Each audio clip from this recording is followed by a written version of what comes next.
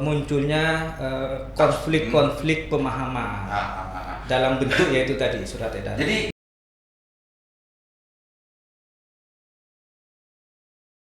Assalamualaikum warahmatullahi wabarakatuh. Kembali berjumpa dengan saya Aliman Haris di acara Sandasan. Pemirsa, kali ini saya sengaja mengundang Pak Doktor. Saya undang Pak Doktornya, saya undang anggota TFP2KD-nya. Assalamualaikum Pak Doktor. Waalaikumsalam warahmatullahi wabarakatuh. Dikoreksi kalau salah Pak Doktor. Ini anggota TFP2KD apa P2KD?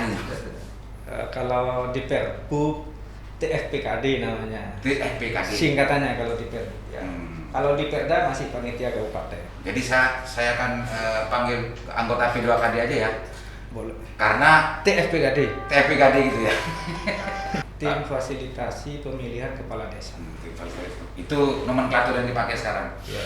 Pak Doktor, kalau saya mengenalkan Pak Doktor ya terlaluan karena Pak Doktor ini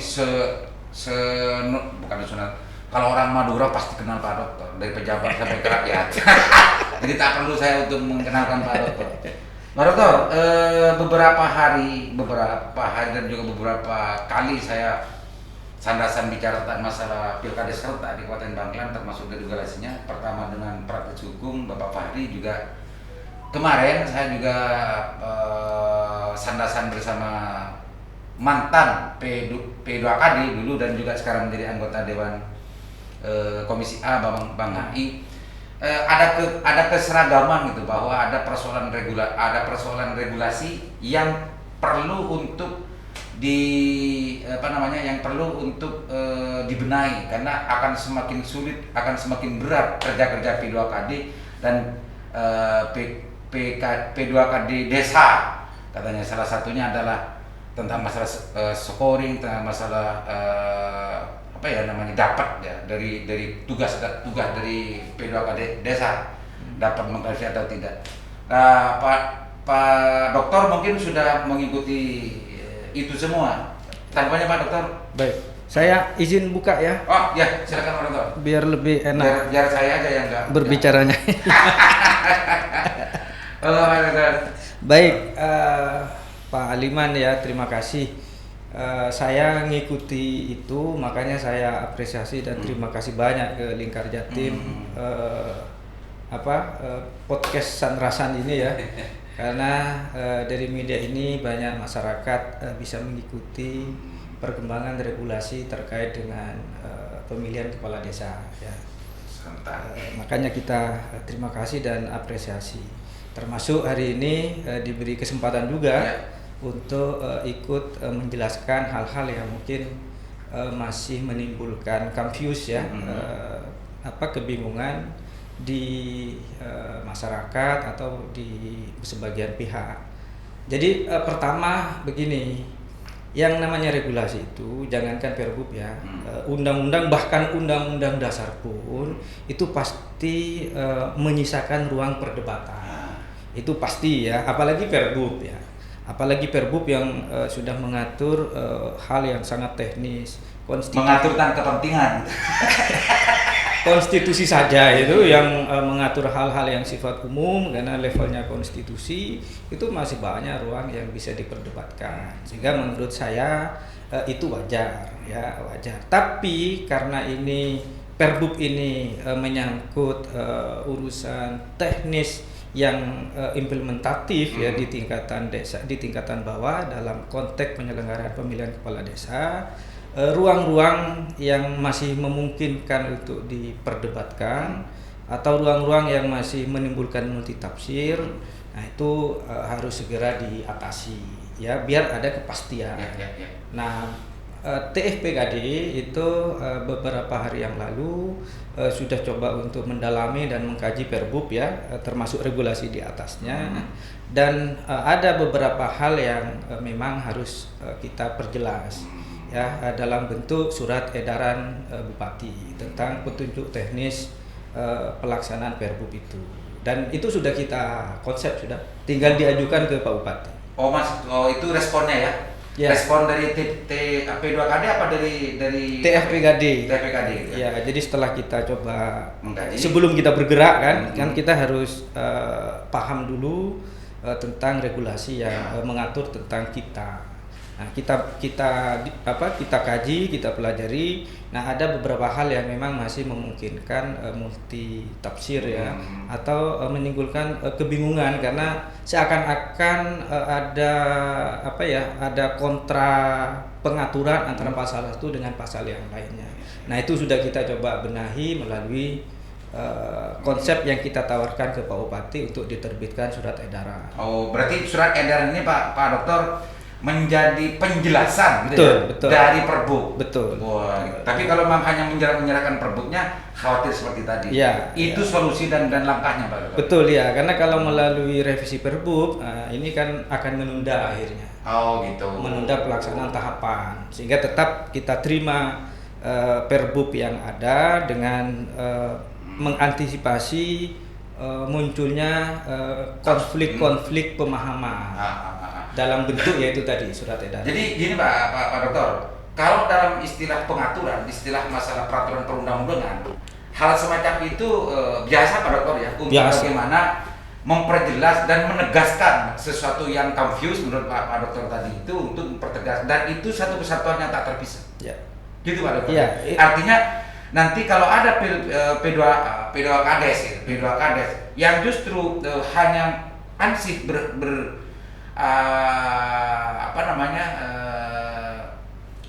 beralasan dengan Perbuk yang sekarang confused itu tidak boleh, karena sekarang sudah ada paket penjelasan dengan surat ini gitu Pak. Iya, jadi SE itu semacam instrumen untuk memahami secara tepat peraturan bupati.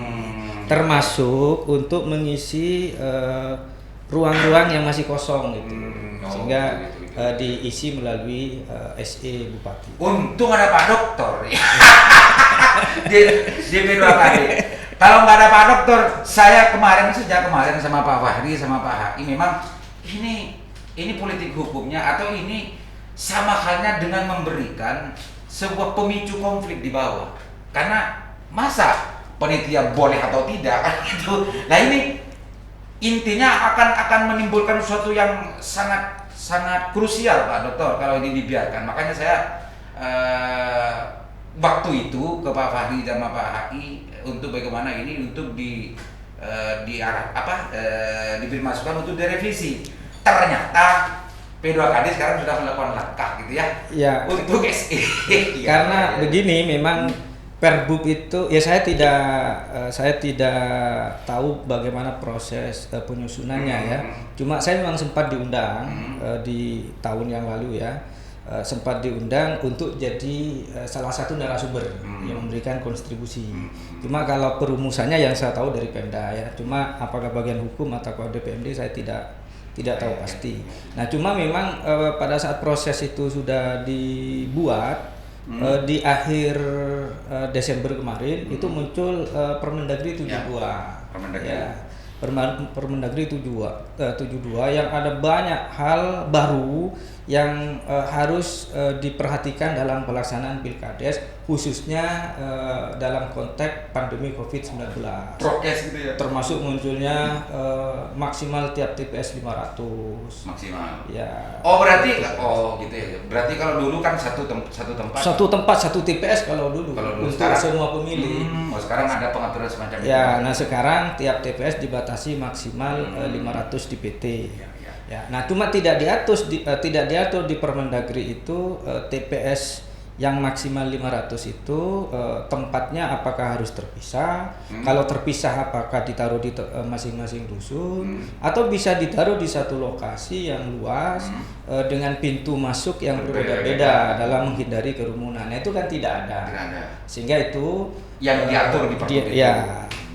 Artinya perumus di waktu itu memang cukup disibukkan dengan itu ya, Pak. Ya. Artinya kalau tadi yang sempat kita bicarakan tentang masalah pasal-pasal yang krusial itu bisa saja itu memang teledor atau memang jangan-jangan disengaja, Pak Dokter. Ya, makanya pasal apa yang dimaksud yang krusial itu? Yang kayak data karena tadi bisa ya? Jadi menurut kami tidak ada masalah, ya kan, sehingga tidak menjadi bagian yang kita perjelas lagi di surat edaran bupati. Tapi bagi pihak lain bisa jadi mungkin itu masalah kan. Nah, seperti ini, seperti pasal saya tidak hafal pasalnya, cuma pasal yang mengatur tentang masalah kewenangan dan juga tugas dari P2Kades terhadap kecukupan dan juga pemeriksaan terhadap syarat-syarat dari Kades. Iya, saya paham. Itu maksudnya klarifikasi dan verifikasi dan klarifikasi. Verifikasi dan klarifikasi. Ya, memang di Perbub itu ada dapat. Klarifikasi itu dapat dilakukan. Nah, tapi sebelum kata dapat di Perbub itu sudah ada penegasan bahwa berkas persyaratan calon itu harus dilakukan penelitian untuk mengetahui kelengkapan dan keabsahannya. Dan keabsahannya? Iya, dan keabsahannya itu sebelum kata dapat klarifikasi. Nah, akhirnya waktu kita rapat di internal P2KD, justru klarifikasi itu dalam rangka untuk mengetahui keabsahannya. Sehingga verifikasi atau penelitian dan klarifikasi itu menjadi kewajiban panitia. Dan itu kita pertegas di surat edaran bupati. Artinya sebetulnya di pasal itu pun kalau mau untuk memahami itu sebetulnya sudah berarti itu sudah keharusan. Iya, karena bagaimana bisa memastikan dokumen yang dilampirkan itu sah atau tidak kalau tidak dilakukan klarifikasi. Gitu. Iya. Kenapa ya kok masih ada dapat ya? Nah, itu ketergesa-gesaan mungkin ya. Saya itu kan dari tim rumus ya. Bisa jadi ada pertimbangan-pertimbangan yang sempat saya tangkap karena khawatir nanti ada dokumen yang jauh. Misalnya ada ijazahnya di Papua misalnya atau di mana, ini kan susah untuk melakukan klarifikasi. Kata saya, teknisnya itu tidak harus datang klarifikasi kata saya kan, apalagi sekarang zaman IT yang intinya tetap klarifikasi itu harus dilakukan untuk memastikan keabsahan. Karena kalau tanpa klarifikasi bagaimana bisa mengetahui absah dan tidaknya. Betul.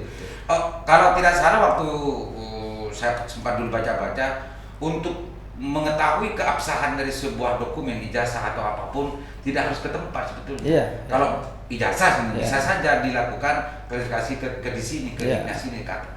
Pernah saya jadi nanti Diknas ini memfasilitasi komunikasi dengan gitu. Ya, ada banyak ini. Intinya klarifikasi harus tetap dilakukan. Itu wajib. Wajib. Artinya jangan sampai, dan itu juga ditegaskan di SK tadi. Betul. Ya. Yang kedua urusan scoring, Pak Dokter. Itu scoring gimana itu? Kalau katanya Pak Fahri sama Pak Haki, ini sangat jomplang gitu ya ketika ketika menilai bobot pengalaman pemerintah gitu ya, pengalaman pemerintah antara perangkat desa dengan perangkat itu sangat jomplang. Itu menurut Pak Fahri sama Bang Haki itu sangat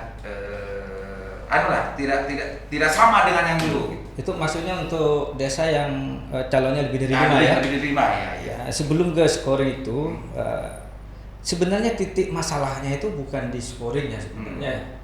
Titik masalahnya itu ketentuan dalam PP-nya, PP 43 2014 yang membatasi maksimal calon itu 5. Titik masalahnya di situ sebenarnya. Nah, cuma kenapa dibatasi gitu ya? Makanya yang namanya calon di setiap pemilihan yang dibatasi kan minimal, minimal 2 dalam rangka untuk menghindari rekayasa sehingga hanya muncul 1 calon. Makanya dibatasi minimal 2. Ya, reasoningnya tadi itu. Nah, tapi kalau dibatasi maksimal itu reasoningnya apa gitu? PP artinya PP. Makanya ini sebenarnya ketentuan dalam PP itu ada yang melakukan judicial review semestinya. Calon-calon yang mau mencalonkan itu semestinya dia minta itu dibatalkan karena itu menurut saya jadi sumber masalah itu. Tapi karena PP-nya sampai sekarang tidak ada yang mengajukan keberatan PP-nya itu berlaku, ya mau tidak mau kan aturan di bawahnya Permendagri, Perda dan Perbuk harus mengatur itu.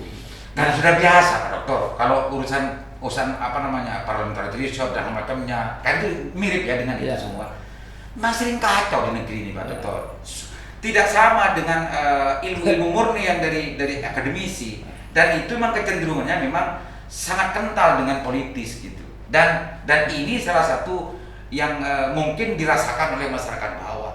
Tapi kalau urusan masyarakat atasnya kan urusan parliamentary threshold ini kan selalu gaduh setiap momen Pak Dokter. Enggak, begini, kalau seperti parliamentary threshold atau presidential threshold, iya. itu kan ada filosofi yang mendasari, Gitu ya. yaitu untuk penyederhanaan sistem kepartaian. Lah kalau pembatasan maksimal calon itu coba apa filosofinya? Iya kan? Nah, saya heran, kenapa nggak ada yang mempersoalkan Ya biar itu? efektif mungkin filosofinya Pak Baru Dokter. dipersoalkan kalau udah berhadapan dengan pembobotan. Ya kan? Dengan scoring itu loh. Padahal scoring itu muncul kan ada ketentuan batasan maksimal calon. Iya, Ya kan? Itu pertama. Nah, tentang scoring ya, ini kalau menggunakan ilmunya Mahkamah Konstitusi, scoring itu bentuknya itu kan delegasi ya atau amanah dari PP. Karena PP membatasi maksimal 5, maka kemudian di dalam PP itu juga diatur. Kalau calon yang memenuhi persyaratan lebih dari 5, maka dilakukan seleksi tambahan. Nah, seleksi tambahannya itu berupa ABCD gitu ya. Jadi men-scoring usia, tingkat pendidikan, pengalaman pemerintahan, dan dapat dilakukan uji kompetensi. Kan begitu. Itu amanah PP-nya. Nah, tapi seperti apa model scoringnya, ya, termasuk seperti apa materi-materi uji kompetensinya itu tidak ada. Tidak ada yang ngatur. Tidak ada. Nah, itu kalau menggunakan ilmunya MK itu memberikan otoritas penuh ya kepada bupati, ya istilahnya itu open legal policy. Jadi Open legal policy. Betul. Ya, jadi menjadi kewenangan terbuka Pak Bupati mau mengatur seperti apa scoring itu. Yang penting harus memperhatikan prinsip-prinsip demokrasi.